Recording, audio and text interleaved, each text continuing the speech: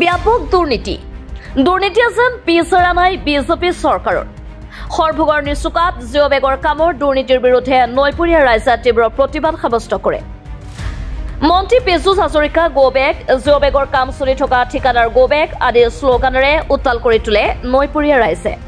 মন্ত্ৰী পীযুষ হাজৰিকা গো বেগ, কামত হোৱা দুৰ্নীতি বন্ধ কৰাৰ কাৰণে উপযুক্ত ব্যৱস্থা লওক। যাতে দুৰ্নীতি নহয় তাৰ বাবে উপযুক্ত ব্যৱস্থা লওক।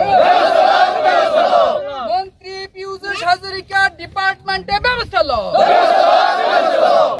বৰপেটা জিলা আয়ুক্ত আয়ুষ গাৰ্গ, বৰনগৰ ৰাজচক্ৰ বিষয়া আৰু মন্ত্ৰী পীযুষ হাজৰিকাক পদাৰ্পণ বিচাৰে নিচুকাৰ নৈপৰীয়া ৰাইজে। বৰপেটা জিলা সৰভোগ সমষ্টিৰ নিচুকাত জিঅ' বেগৰ কামত ব্যাপক দুৰ্নীতি। ৱৰ্ল্ড বেংকৰ আঁচনিৰ অধীনত কোটি কোটি টকা কামৰ ব্যাপক দুৰ্নীতি কৰিলে ঠিকাদাৰে। কামৰ গাইডলাইনৰ মাধ্যমত কাম নকৰিলে ঠিকাদাৰে। নিজৰ মুনাফা স্বাৰ্থত লেহেম গতিত চলিছে গৰাখহনীয়া ৰোধৰ জিঅ' বেগৰ কাম। জিঅ' বেগৰ কাম চলি থকা উত্তৰ অংশত গৰাখহনীয়াৰ কবলত যা যাব নৈপৰীয়া ৰাইজৰ ভূমি ঘৰবাৰী। উত্তৰ অংশত গৰাখহনীয়া ৰোধ নকৰিলে বাৰিষাৰ সময়ত জিঅ' বেগৰ কামৰ কোটি কোটি টকা অথলে যাব বুলি ৰাইজে উল্লেখ কৰিছে। অসম চৰকাৰ তথা জলসিঞ্চন মন্ত্ৰী পীযুষ হাজৰিকা আৰু জলসিঞ্চন বিভাগৰ বিষয়ববীয়াসকলে উচিত তদন্ত কৰি নৈপৰীয়া ৰাইজৰ সুৰক্ষা ব্যৱস্থা কৰি দিয়ে। আমি হৈছো ভাৰতবৰ্ষৰ নাগৰিক, গণতান্ত্ৰিক দেশৰ গণতান্ত্ৰিক নাগৰিক, কিন্তু অতিকৈ দুৰ্ভাগ্যৰ কথা এটাই যে আজি যুগ যুগ ধৰি আমি নৈপৰীয়া ৰাইজে যিটো নৈৰ যি যুগান্তকাৰী এটা প্ৰলয় আমাৰ ওপৰত যি এটা হেঁচা প্ৰয়োগ কৰি আছে নদীয়ে, আৰু তাৰ দ্বাৰা হাজাৰ হাজাৰ বিঘা মাটি আমাৰ ওচন গৈ আছে। আৰু এই ক্ষেত্ৰত বিগত দিনৰ পৰা আজিলৈকে যিমান চৰকাৰ গুচি গৈছে, এতিয়া নিউ চৰকাৰ অহাৰ পাছত যদিও এটা আমাক সমূহ ৰাইজক এটা পৰিত্ৰাণ নিয়াৰ এটা আঁচনি হাতত লৈছে, তাৰ কাৰণে আমি সুখী হৈছিলো। কিন্তু অতিকৈ দুৰ্ভাগ্য, অতিকৈ আমি শোকাকুল এইকাৰণেই যে গোটেইবোৰ অঞ্চলত আমি নিউজ পেপাৰত, আমি নিউজত চাই থাকো যে বিভিন্ন অঞ্চলত আমাৰ বিভাগীয় মন্ত্ৰী পীযুষ হাজৰিকাদেৱ পদাৰ্পণ কৰিছেহি, আৰু তেখেতৰ নিজস্ব বলিষ্ঠ পদক্ষেপত বিভিন্ন স্থানত বিভিন্ন ধৰণৰ ভাল বেয়া বিভিন্ন ধৰণৰ কাম হৈছে আমি নিউজত শুনি আছো।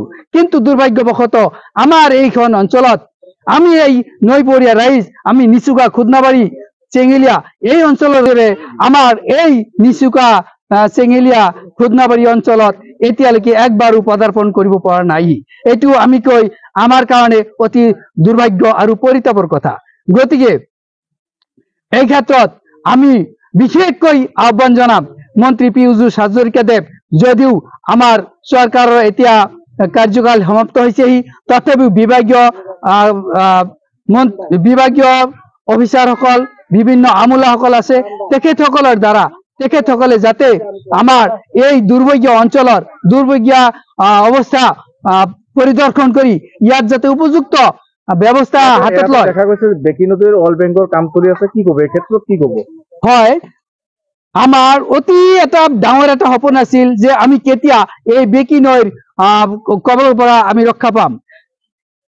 সৌভাগ্যক্ৰমে আমাৰ ৱৰ্ল্ড বেংকৰ হস্তক্ষেপত, ৱৰ্ল্ড বেংকৰ দ্বাৰা আমাৰ ইয়াত এটা জিঅ' বেগৰ কাম চলি আছে। কিন্তু দুৰ্ভাগ্যবশতঃ যদিও ইয়াত জিঅ' বেগৰ কাম চলি আছে, কিন্তু যিটো গতিত চলিব লাগিছিল সেই গতিত হোৱা নাই।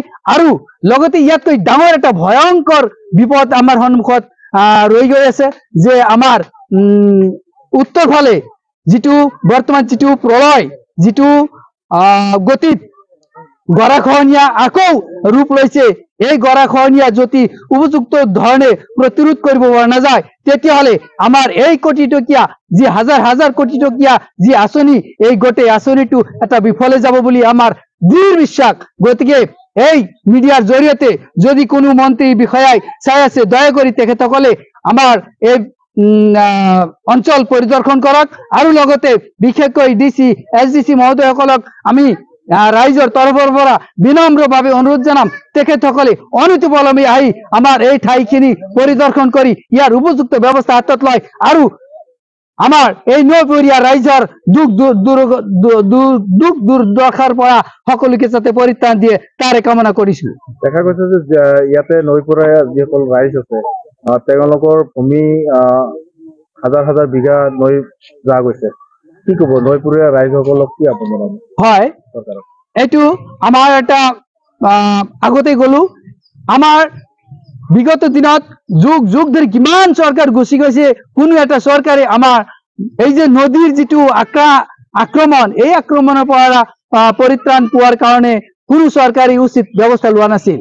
কিন্তু বিজেপি চৰকাৰ অহাৰ পাছৰ পৰাই যদিও এটা আঁচনি হাতত লৈছে, কিন্তু ইয়াত আমাৰ মনত কিবা এটা যেন উকমুকনিৰ সৃষ্টি হৈছে যে এই কামৰ দ্বাৰা আমি নৈপৰীয়া ৰাইজ আমি পৰিত্ৰাণ পাম না নাপাম, কিয়নো কামৰ যিটো গতি যে গতিত বহুতো লেহেম গতি আৰু কেতিয়াবা লেবাৰ থাকে কেতিয়াবা নাথাকে আৰু বিশেষকৈ আমাৰ যিটো লেবাৰৰ যিটো যোগান ব্যৱস্থা সেই যোগান ব্যৱস্থা অতিকৈ নিন্দনীয়। অতিকৈ নিউজ চেনেল অসমত যিমান নিউজ চেনেল আছে সমূহ নিউজ চেনেলক আমাৰ নিচুকা পূব খুদনাবাৰী চেঙ্গুলিয়া গাঁৱৰ পৰা আন্তৰিক ধন্যবাদ জ্ঞাপন কৰিছো। লগতে আমাৰ নিচুকা চেঙ্গুলিয়া পূব খুদনাবাৰীৰ যিটো জিঅ' বেগৰ কাম চলি আছে এই কামটো আমাৰ দেখা সত্ত্বে মানে গোবৰদানা কাটাজাৰ আদি কৰি বিভিন্ন জায়গাত হৈছে, সেনেকুৱা আমাৰ ইয়াতে আমি দেখা পোৱা নাই।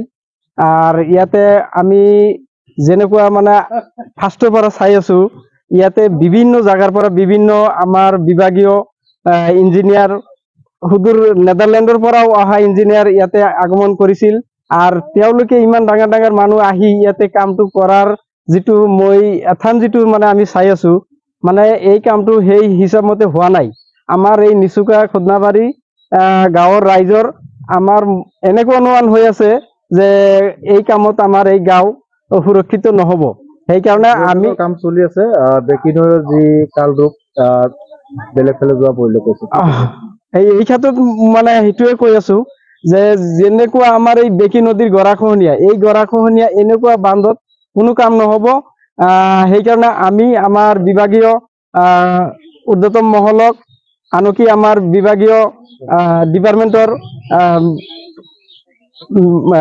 মিনিষ্টাৰ মাননীয় পীযুষ হাজৰিকা মহোদয়ক অনুৰোধ জনাইছো যাতে উচিত তদন্ত কৰি আমাৰ এই কামটো নিচুকা খুদনাবাৰীৰ কামটো অতি সোনকালে আৰু গাইডলাইন মতে মানে চৰকাৰী ৰুল মতে যাতে হয়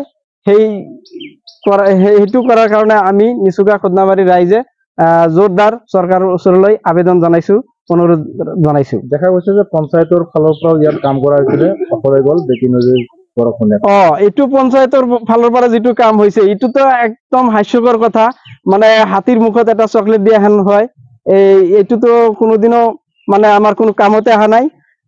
আশা কৰিছিলো যে এই কামটো এইবাৰ আমাৰ ৰাইজৰ হকা এটা হ'ব, কিন্তু যিটো মানে আমাৰ এই অনুপম শৰ্মা তেওঁক যিটো কামটো যে গতাই দিছে তেওঁৰ যিটো গাফিলতি আৰু যেনেকুৱা কামৰ এই মানে চিষ্টেমটো চাইছো আমি ইয়াতে আমি অলপো সন্তুষ্ট নহয়। কাৰণ এই স্লোপিঙৰ পৰা মানে তলত যিখিনি মানে এই এটা মানে কি কয় এইটো 81 পৰা 9 মিটাৰ বোলে বাহিৰত বোলে দিবা লাগে, তাতে তাহন 1 লাইন 2 লাইন কৰবাত মানে বস্তা ফেলাই নাই। এনেকুৱা অৱস্থা আমি নদীৰ পাৰত থকা মানুহ, আমি এই গাঁৱৰ মানুহ সবে চাইছো, আমি মানে কথাটো তেওঁলোকক জনাই আছো, তথাপিও মানে তেওঁলোকে সিমান এটা গুৰুত্ব দিয়া নাই। খালি কয় ফেলাম কেছ ফেলাম কৈ থাকে, কিন্তু ইফালে নদীত পানী আহি গৈছে।